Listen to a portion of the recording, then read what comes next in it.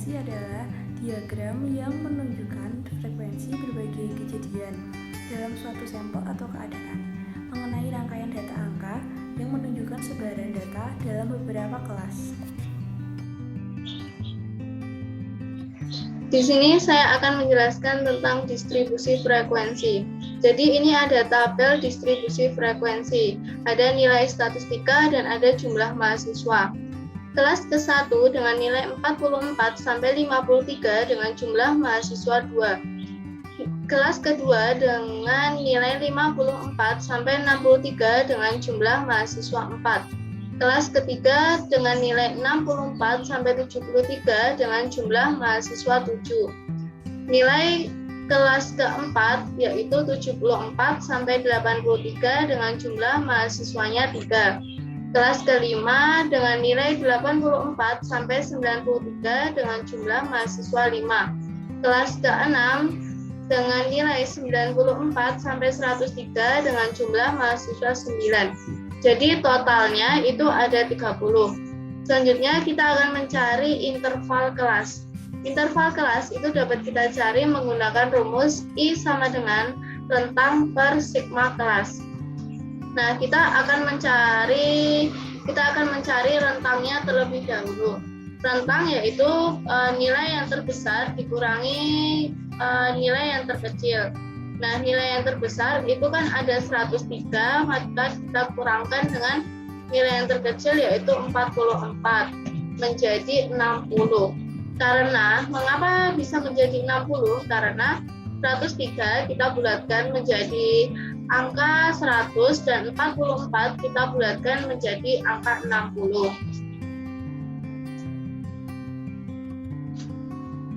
Selanjutnya kita akan mencari jumlah kelas ideal atau sigma kelas dengan rumus K sama dengan 1 plus 3,322 kali log N. Nah, kita masukkan rumusnya, kita masukkan angkanya. Jadi 1 plus 3,322 dikali log N-nya itu dari total keseluruhan. Ini kan ada 30, jadi log N-nya itu 30. Nah, kita jumlahkan menjadi 5,907 dibulatkan menjadi 6. Jadi jumlah kelas idealnya itu 6. Nah, setelah itu kita masukkan ke rumus interval kelas. Interval kelas artikan rentang per sigma kelas. Nah, rentangnya itu kan 60.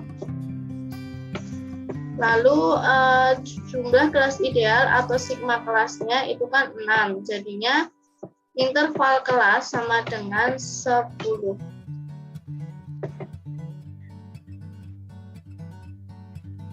Selanjutnya kita akan mencari titik tengah kelas. Titik tengah kelas itu rumusnya M sama dengan limit bawah plus limit atas bagi 2. Nah, kita akan mencari titik tengah kelas ke-1. Saya simbolkan dengan M1. M1 sama dengan, nah limit bawah itu yang bagian kiri dan limit atas itu yang bagian kanan. Limit bawah kelas ke-1 itu 44 ditambah limit atasnya yaitu 53 dibagi 2 menjadi 48,5. Selanjutnya kita akan mencari kelas ketiga. Kelas ketiga itu limit bawahnya 64, limit atasnya itu 73 dibagi 2 maka menjadi 68,5. Selanjutnya kita akan mencari titik tengah kelas kelima. Kelas kelima itu limit bawahnya 84, limit atasnya itu 93 dibagi 2 maka menjadi 88,5.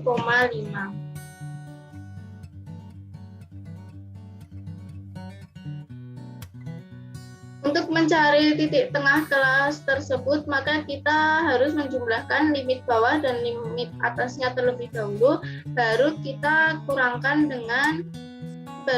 bagi dengan 2. Selanjutnya kita akan mencari tepi bawah kelas. Tepi bawah kelas itu rumusnya limit bawah kurangi 0,5. Kita akan mencari tepi bawah kelas kedua. Saya simbolkan dengan K2. Kelas kedua itu limit bawahnya 54 dikurangi 0,5 maka menjadi 53,5. Lalu kita akan mencari tepi bawah kelas keempat. Kelas keempat itu limit bawahnya itu 74, kita kurangkan dengan 0,5 maka menjadi 73,5. Lalu kita akan mencari tepi bawah kelas ke-6. Kelas ke-6 limit bawahnya itu 94 dikurangi 0,5 maka menjadi 93,5.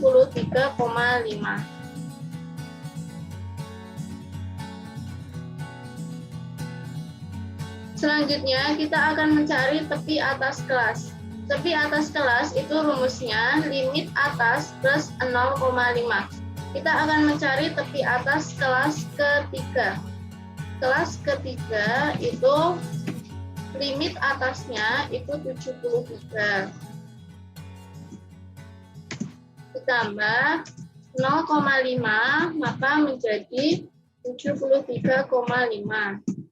Lalu kita akan mencari tepi atas kelas kelima. Tepi atas kelas kelima itu limit atasnya 93 ditambah 0,5 maka menjadi 93,5. Selanjutnya tepi atas kelas ke-6. Kelas ke-6 itu limit atasnya 103 ditambah dengan 0,5 maka menjadi 103,5.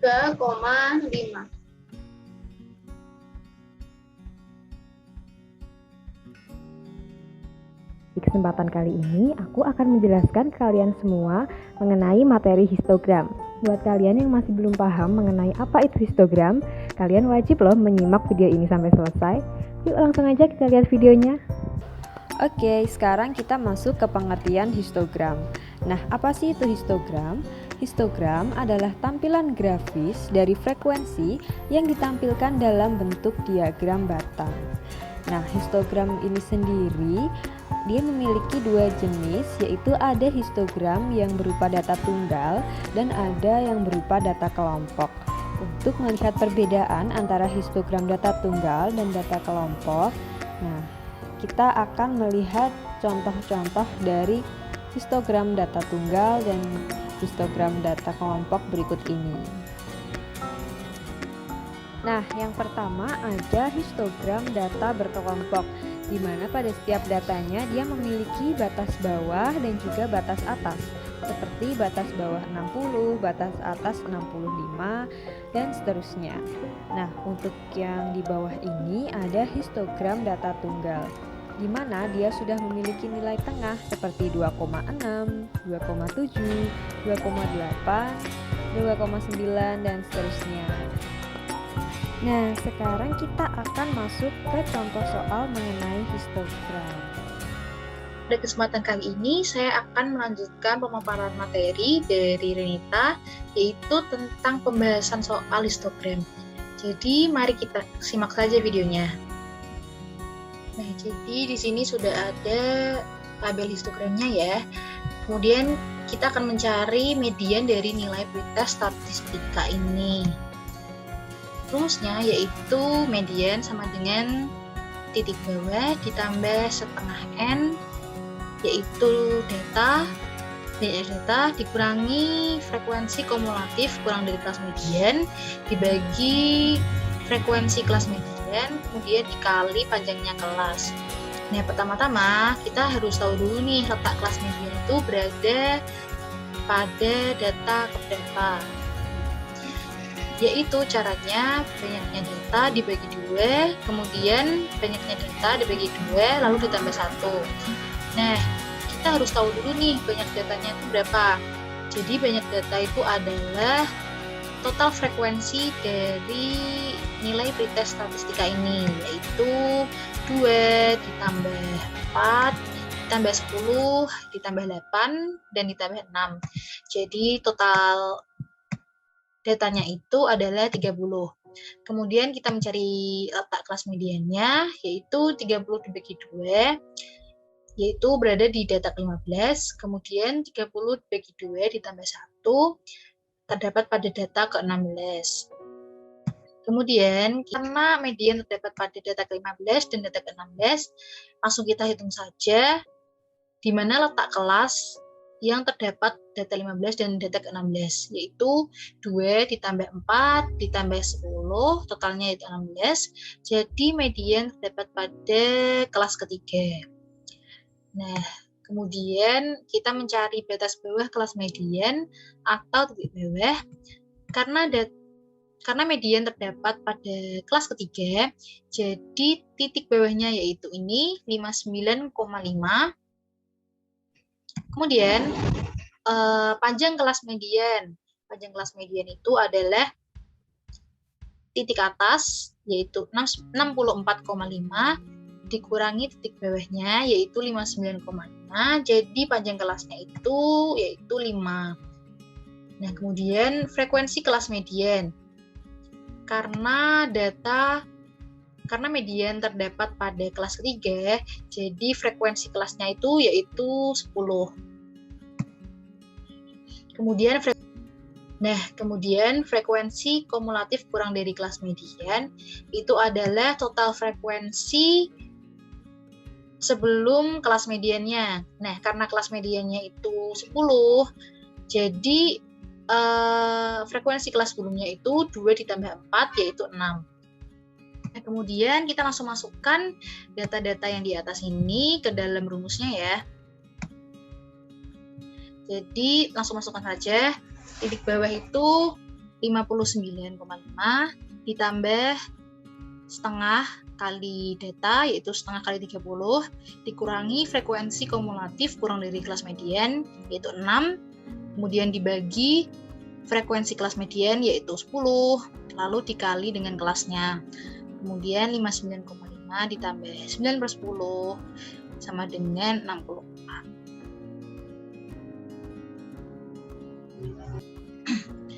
Nah, kemudian yang kedua kita akan mencari modus. Modus itu adalah nilai yang paling banyak muncul atau yang frekuensinya paling banyak.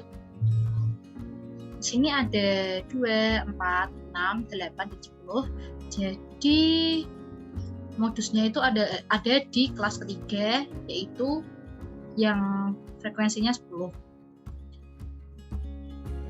Nah, kita coba lihat rumusnya dahulu, yaitu modus sama dengan titik bawah ditambah D1 atau selisih frekuensi kelas modus dengan kelas sebelumnya dibagi D1 ditambah D2 yaitu selisih frekuensi modus dengan kelas sesudahnya, lalu dikali dengan jarak tepi bawah kelas pertama dan kelas kedua yaitu C. Nah, kita cari dulu nih titik bawahnya itu karena terdapat pada kelas ketiga, titik bawahnya 59,5. Kemudian D1 yaitu selisih frekuensi kelas modus 10 dengan kelas sebelumnya yaitu 4, jadi 10 dikurangi 4 yaitu 6. Kemudian D2 selisih frekuensi kelas modus dengan kelas selanjutnya. Kelas modus itu 10 dan kelas sesudahnya itu 8, jadi 10 dikurangi 8 yaitu 2. Ke C yaitu jarak tepi bawah kelas pertama dan kelas kedua. Jadi 54,5 dikurangi 49,5 ketemu 5. Lalu langsung kita masukkan data-data ini ke dalam rumusnya. Titik bawah yaitu 59,5 ditambah D1 yaitu 6 dibagi D1 ditambah 2 lalu dikali 5. Kita hitung ini dan ketemunya yaitu 63,5.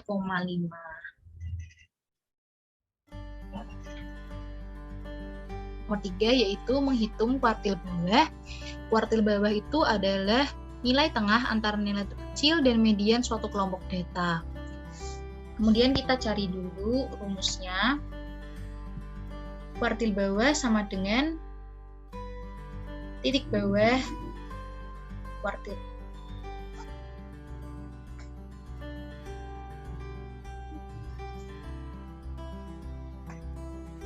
Kemudian kita lihat rumusnya, yaitu kuartil bawah sama dengan titik bawah kuartil ditambah 1/4 N atau banyaknya data dikurangi frekuensi kumulatif kurang dari kuartil pertama dibagi frekuensi kuartil pertama lalu dikali jarak tepi bawah kelas pertama dan kelas kedua. Pertama-tama kita cari dulu banyaknya data, tadi sudah ketemu ya total frekuensinya yaitu 30. Kemudian titik bawah tepi bawah kuartil pertama yaitu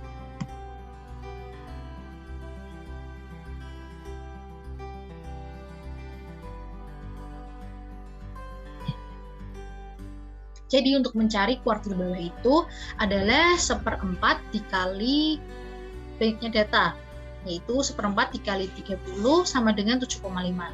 Jadi kita hitung 7,5 ini tuh terdapat pada kelas berapa? Karena ini kelas kedua, ditambah 4 yaitu 6, ditambah 10 yaitu. Jadi kuartil bawah itu terdapat pada kelas ketiga juga nih. Kemudian kita cari tepi bawahnya yaitu 59,5. Kemudian frekuensi kurang dari kuartil pertama ini 2 ditambah 4 yaitu 6. Kemudian kita cari frekuensi kuartil pertama. Karena kuartil pertama itu terdapat pada kelas ketiga, jadi frekuensinya itu adalah 10. Kemudian jarak tepi bawah kelas pertama dan kelas kedua, yaitu ini 54,5 dikurangi 49,5, yaitu 5. Lalu kita masukkan data-data ini ke dalam rumus yang tadi sudah kita lihat. Titik bawah kuartil yaitu 59,5 ditambah 1/4 dikali data 30 dikurangi 6 frekuensi kumulatif dibagi 10 atau frekuensi kelas lalu dikali dengan jarak tepi bawah kelas pertama dan kelas kedua. Ini bisa dicoret yaitu 7,5. 59,5 ditambah 7,5 dikurangi 6 dibagi 10 dikali 5. Ini 5 dengan 10 bisa dicoret menjadi 2. Lalu 59,5 ditambah 0,75 sama dengan 60,25. Cukup sekian pemaparan soal materi statistika yaitu histogram dari saya. Mohon maaf apabila ada salah-salah kata atau penyebutan. Wassalamualaikum warahmatullahi wabarakatuh. Di sini saya akan menjelaskan tentang materi poligon frekuensi dan membahas soal-soal tentang poligon frekuensi. Yang pertama, poligon frekuensi adalah garis patah-patah yang menghubungkan titik tengah sisi atas histogram dan menghubungkan nilai tengah tiap sisi atas yang berdekatan dengan nilai tengah jarak. Dalam soal berikut, yang pertama, data berikut adalah jumlah tinggi badan seorang anak yang memasuki taman rekreasi dengan rata-rata 152 sampai 155 berjumlah 10 anak dan 156 sampai 159 berjumlah 16 anak dan 164 sampai 167 berjumlah 27 anak dan 168 sampai 171 berjumlah 15 anak dan 172 sampai 175 berjumlah 12 anak. Berikut soalnya, tentukan poligon frekuensinya dan tentukan kuartil atas dan bawah. Ada langkah-langkah untuk membuat poligon frekuensi. Yang pertama, cari nilai tengah masing-masing kelas, dan buat tabel persiapan. 3. Gambar garis untuk sumbu X dan Y, dan buat skala untuk masing-masing sumbu X dan Y pada sumbu X. Gambar titik tengah yang menunjukkan frekuensi pada masing-masing kelas. Yang kelima, hubungkan titik-titik tersebut. Yang pertama, membuat sumbu X dan Y. Diurutkan dari angka yang terkecil 4, 8, 10, 12, 15, 16, 20, 24, 27, dan 28. Dan yang ke bawah 151,5, 155,5, 159,5, 163,5, 167,5, 171,5, dan 175,5.